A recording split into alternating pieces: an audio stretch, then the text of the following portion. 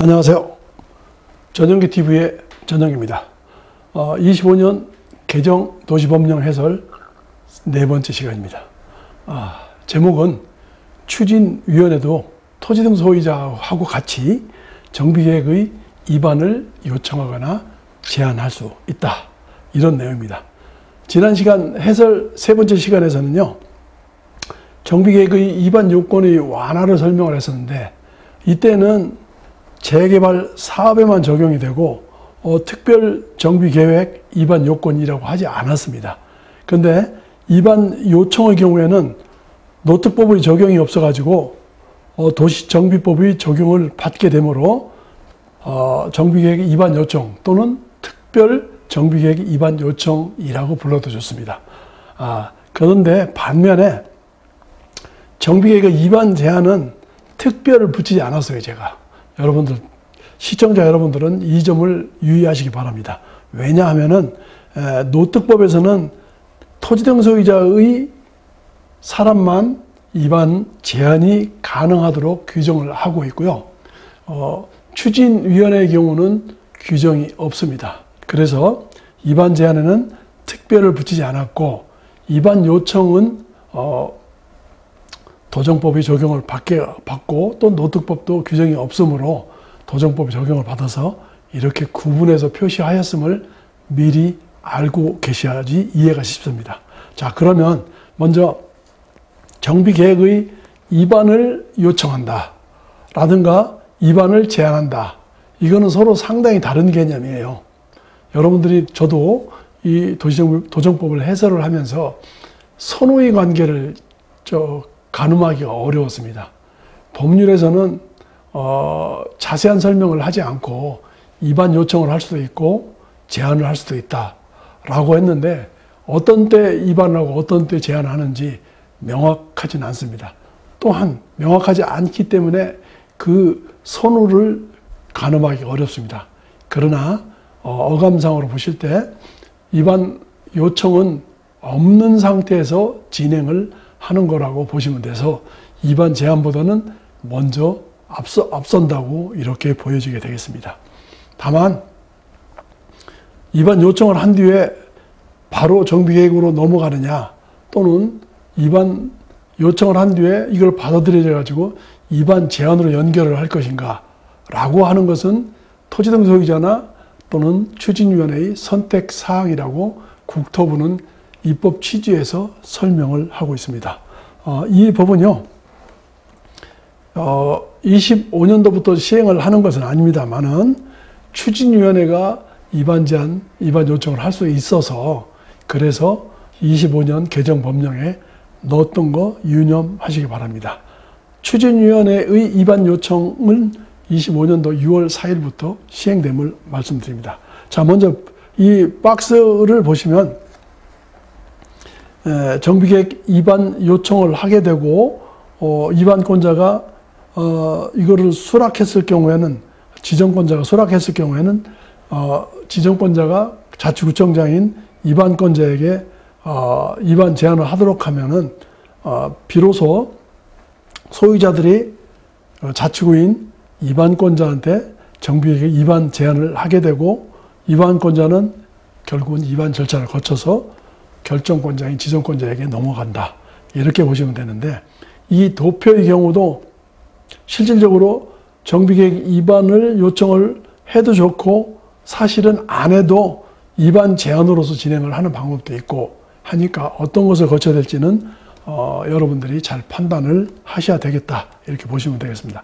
자, 그래서 어떨 때 입안 요청을 하느냐, 정비계획을 만들어 달라라고 얘기하는 것이죠.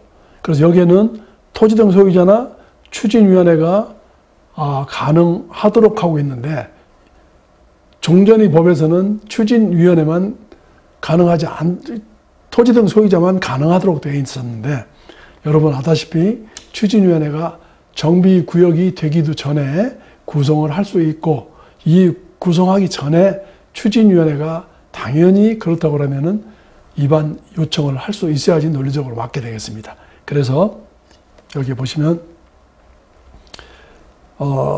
다음 어느 하나에 해당되는 토지 등 소유자나 또는 추진위원회는 정비계획을 입안 요청을 해달라라고 할 수 있다는 것이고요.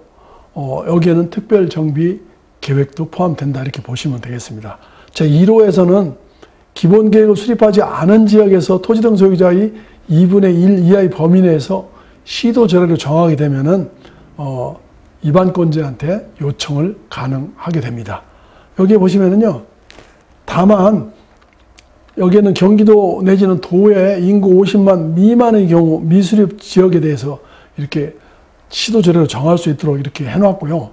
여기 보면 경기도 같은 데는 가평, 광명, 광주, 구리, 군포 등 이런 단지들을 이런 시에서는 경기도의 도시정비 조례를 통해서 가능하도록 이렇게 규정을 하고 있습니다.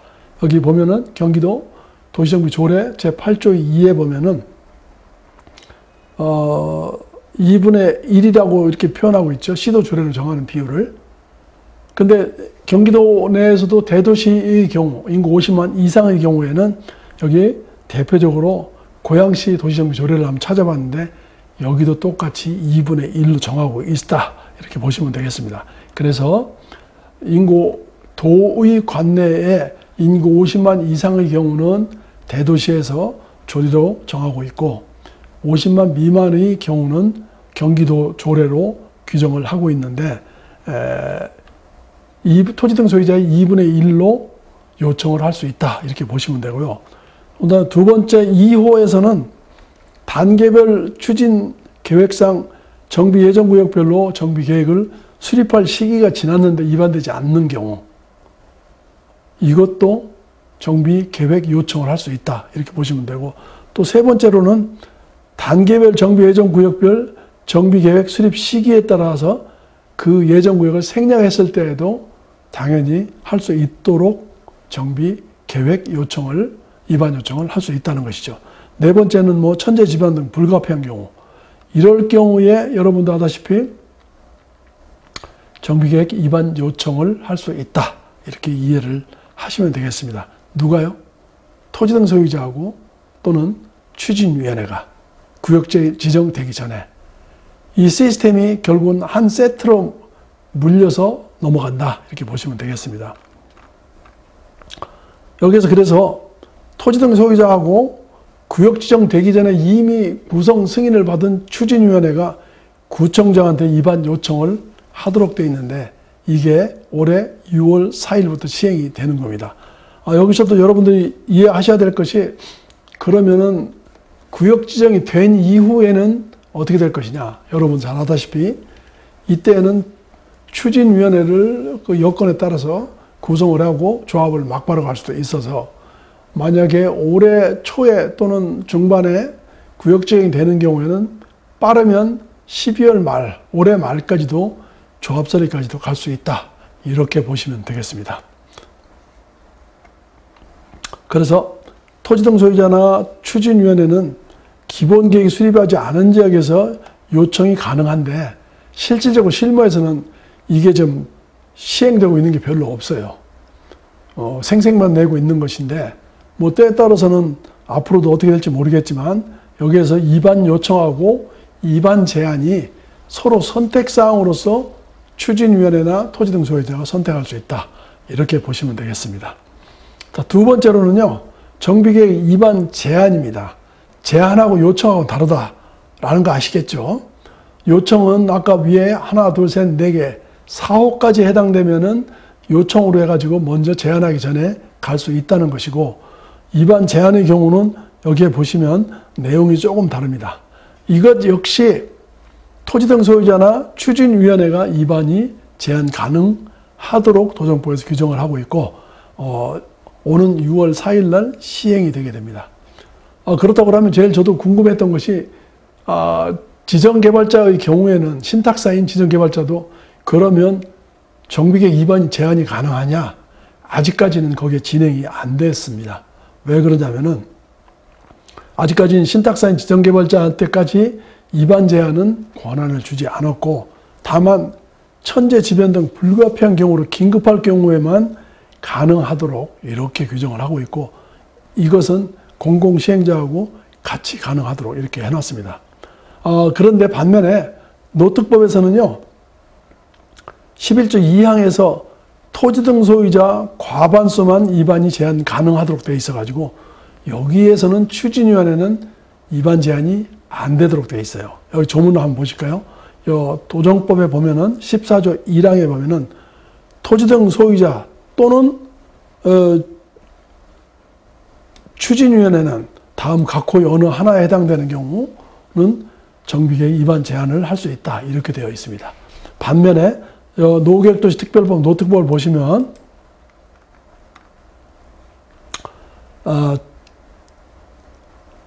다음 어느 하나에 해당되는 구역 안에서의 토지 등 소유자는 토지 등 소유자 수의 과반수 동의를 받아가지고 지정권자에게 제한을 할 수 있다라는 것이죠. 만약의 경우에 이 부분을 노특법에서 받아들였다고 하면은 저번에 그 안전진단과 마찬가지로 타법 개정을 통해서 이 규정이 타고 들어가서 개정이 됐을 텐데 여기에서는 추진위원회까지 인정을 해주지 않고 위반 제한을 여기서 잘라서 토지 등 소유자한테만 특별히 특정하고 있기 때문에 개정되는 2025년도 6월 4일 시행되는 추진위원회의 위반 제한은 제한하고 있다. 이렇게 보시면 여러분들이 이해가 좀 빠르실 겁니다. 제 얘기를 다시 간추려서 얘기하면은 구역 지정되기 전에 추진위원회를 구성을 할 수가 있고 이 추진위원회 구역 지정 전에 구성된 추진위원회는 토지 등 소유자와 함께 정비 계획 위반 요청 또는 제한을 할 수 있다. 이렇게 이해를 하시면 되겠습니다. 다만 구역 지정된 이후에 토지 등 소유자는 추진위원회는 아무런 의미가 없는 것이죠. 그래서 지금 제가 오늘 말씀드린 4강에서는 구역 지정되기 전에 정비 계획을 수립하기 위해서는 토지 등 소유자하고 추진위원회가 제한을 할 수가 있다는 것이고 당연히 다음 시간에는 구역 지정 전에 추진위원회는 어떻게 구성할 것인가의 설명이 뒤를 잇게 될 겁니다. 이번 시간은 이것으로 마치겠습니다. 감사합니다.